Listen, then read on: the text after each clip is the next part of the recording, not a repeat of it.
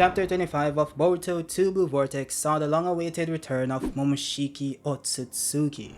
Boruto, through his desperation, felt the best way to save the planet was to make a deal with the devil himself. But will that come back to haunt him? Well, if Kawaki has anything to say about it, that much should be obvious. As you can see, we have a few things to discuss, so of course, let's get right into it. So the cover this month features Himawari and Kurama, and also the title is To Those Girls, which you guys will see why very soon. Now the chapter itself picks up with Konohamaru using the Thorn Soul Bulb to revive Matsuri, and the side text says Konohamaru and his team return with the Thorn Soul of Matsuri. Will Moegi wake up? He then simply inserts it into the tree itself, which then proceeds to absorb it. This then triggers a poof of smoke and Moegi then simply emerges. She then says the infamous Konohamaru-chan, which almost ended all life on the planet, by the way, just to remind you guys. And Konohamaru smiles and starts to cry. Now Boruto is of course watching from afar, imagining what it would be like to hug his master in a similar fashion, or maybe what it would feel like to hug his daughter once again. Who knows what Boruto is thinking about these days, but he sure loves those who cheers, that's what I can tell you. We then switch over to Kankuro in the Sand Village, telling Shikamaru that Gaara is safe as well. He's also injured, but it's nothing fatal. And also Shinki is back to normal, so he was able to release the sealing jutsu that was on Gaara. But because of this, he hasn't regained consciousness as yet, but he should wake up soon. By the way, I'm still fascinated by this sealing jutsu that Shinki was able to use, that Matsuri, the Shinju that's using the power of the Ten Tails, wasn't able to bypass. And also according to the good guys, the one way they could free Gaara was to bring Shinki back to life from being a Shinju. So what you're pretty much saying is that this sealing jutsu is so busted that there simply isn't a person on this planet that can bypass it with physical might, which typically is the case for any sealing jutsu that isn't sending you to a different time space. So it could be the case that maybe the time aspect of it still remains in effect on the body, even if you remove the person from within the confines of the iron sand. And that is why you still need the person to retract the jutsu. I don't know, I'm just winging it, I could be wrong. But yeah, Shikamaru is then summoned by the elders, so of course, he's in big trouble, and we'll see how that plays out in the upcoming chapter. We then switch over to Moegi in the hospital with Sakura. She says there's no sign of damage to the bones or muscles, and that the internal organs look fine as well.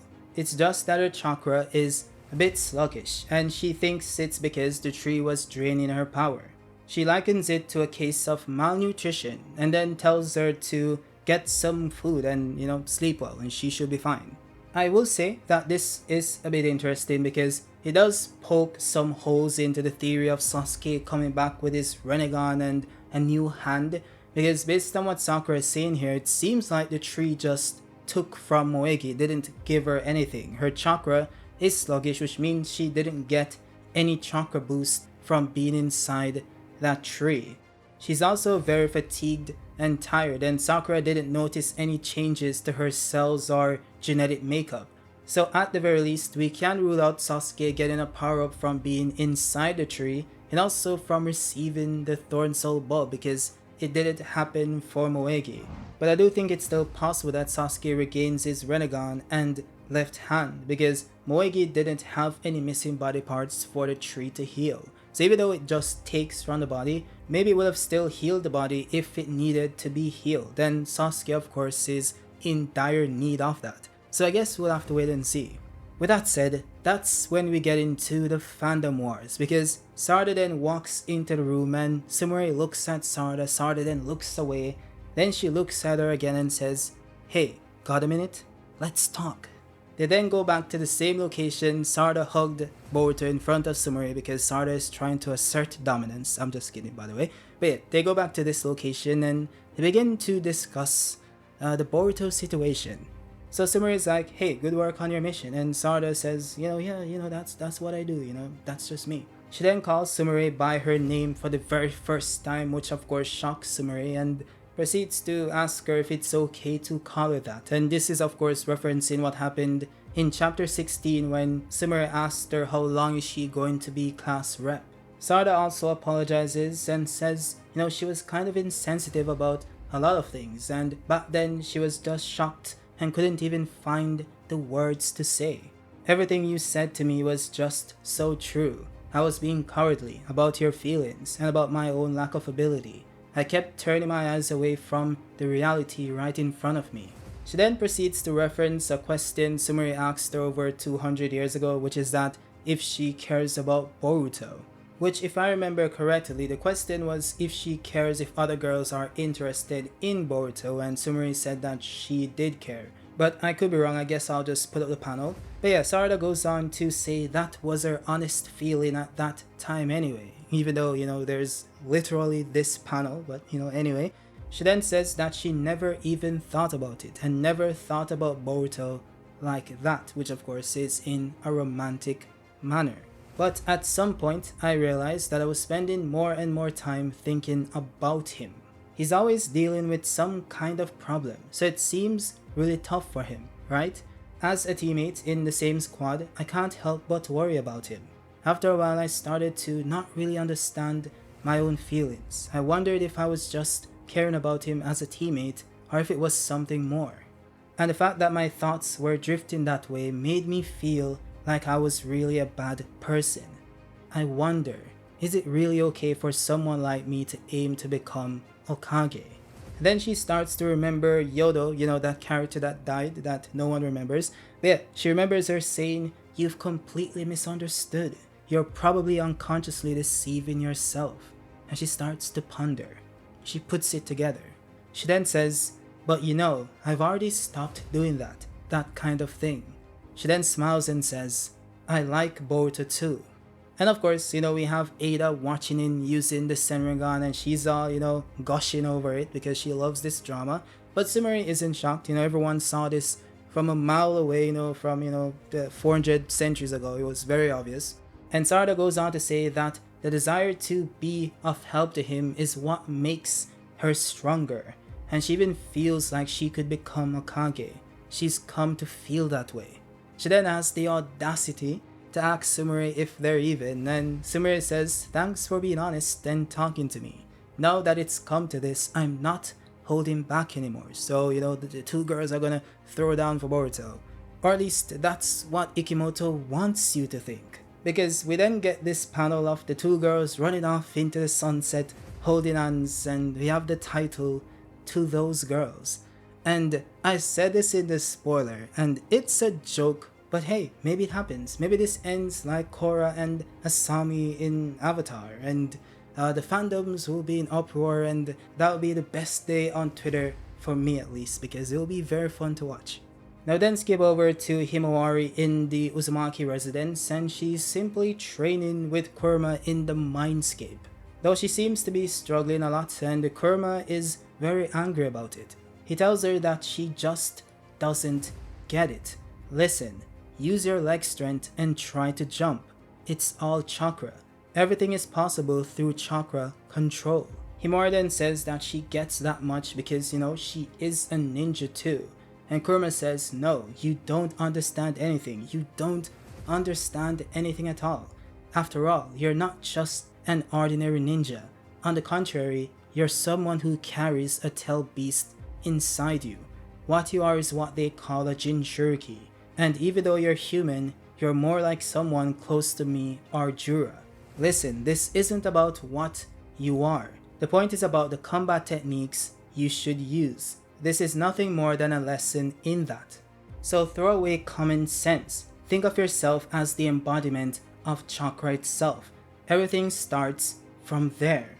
Now Himawari then says, even if you say that, none of it sinks in, and Kurama then sighs and says, "I'm tired, that's enough for today." Himawari then starts to shout Kurama's name in the real dimension, and we see that Boruto is outside the window watching all of this happening, and he starts to smile. He then closed his eyes, or eye for that matter, and everything fades to black. When he opens it, he's in a different dimension, sitting on what appears to be a destroyed divine tree. He then looks up, and there he is, Momoshiki Otsutsuki, staring off into the distance. Momoshiki then says, "What's gotten into you? Come in to make contact with me on your own." Boruto then says, "You're still sulking, as usual, huh?" Momoshiki then replied saying, "Because you've somehow survived again, living on carefree after nearly dying. I'm at the very bottom of despair just like this. When you were nearly killed by Kawaki, I should have just abandoned you. Now that reincarnation is impossible and I can no longer control your mind, my soul, with nowhere to go with your death, breaks free from this curse. The only way is to disappear." Boruto then says, "I need to ask you something. I need you to lend me your strength this once." Momoshiki then says, "Don't make me laugh. Just disappear." Boruto replied saying, "Well, listen. Of course, I'm not saying it'll be for free. If you can defeat Jura, then at that time, I will give you this entire body." And Momoshiki, of course, looks very interested in this proposition. We then get the last page of the chapter with Sarada and Sumire walking in the village, and Sumire says, "But Boruto himself probably doesn't even realize how we feel." And Sarada says, "Not just probably, he has absolutely no idea it's happening, or he doesn't notice." Well, that's actually one of the things that makes him so great. Now the side text then says, "Driven by his mission, he stepped onto the path of a demon." What was Momoshiki's response to that proposal? I guess we'll see next time on Dragon Boruto, whatever. Anyways, I do think Momoshiki is gonna say yes, but maybe he says no and then pops up during the fight with Jura. Now this of course could play out in a few ways, because Momoshiki isn't a gentleman to my knowledge, so Boruto must know that he simply can't pinky promise with Momoshiki to leave the planet after destroying Jura. He's going to want to take over the planet and get his revenge on the people who wronged him. So if that is the case, one possibility is that Boruto knows that he can take over his body whenever he wants to, and he's always gonna be watching to see what Momoshiki is doing. Whenever he's about to do something crazy, he's just gonna take over again. Or maybe Boruto simply doesn't plan on fulfilling his end of the bargain anyway, so whenever Momoshiki destroys Jura, he's just gonna take over right away. The problem with this is that it makes Momoshiki look very incompetent, and he wasn't really that smart in the first place. So it simply can't be the case that Momoshiki gets tricked once again so easily that Boruto simply doesn't agree to him. Why would Momoshiki risk Boruto taking over when he's ready to just be used as a tool? Doesn't make sense. He should be smarter than this. So Boruto must also know that Momoshiki won't take this deal unless there's some way to guarantee that Boruto can't take over the body ever again. And if that's the case, that then brings us back to the start of this problem. How does Boruto guarantee that Momoshiki doesn't go on a murder spree? Well, the likely answer is that he can't guarantee that, so what he's hoping is that Kawaki is strong enough to get rid of Momoshiki once he hands over his body to him after the fight with Jura. Because he knows Kawaki won't allow Momoshiki to exist in that body, on that planet, or in that galaxy. Because he knows Naruto is going to be at the constant threat of being annihilated by Momoshiki. But the problem with this is that if Boruto knows that Kawaki is strong enough to beat him, Momoshiki should know that as well. So if Momoshiki does accept this proposal, he must have some secret plan to gain the power to defeat Kawaki. And Boruto of course is walking right into that. Now I do think it's possible that Himawari plays some role in this as well, because Boruto did go to do this after confirming that Himawari is training to become stronger, and he smirked and then went to Momoshiki to make the proposal. So maybe it feels like Himawari's power up once she's able to control Kuruman's power in this new Biju-like state, she might be able to help Kawaki to defeat Momoshiki, but I guess we'll have to wait and see. With that said, this was a good chapter. If you guys enjoyed it and you have any questions, drop them in the comment section. Also, if you guys are enjoying the content, consider subscribing and becoming a member to support me making more videos just like this one. But yeah, I'll see you guys on the next one. Peace.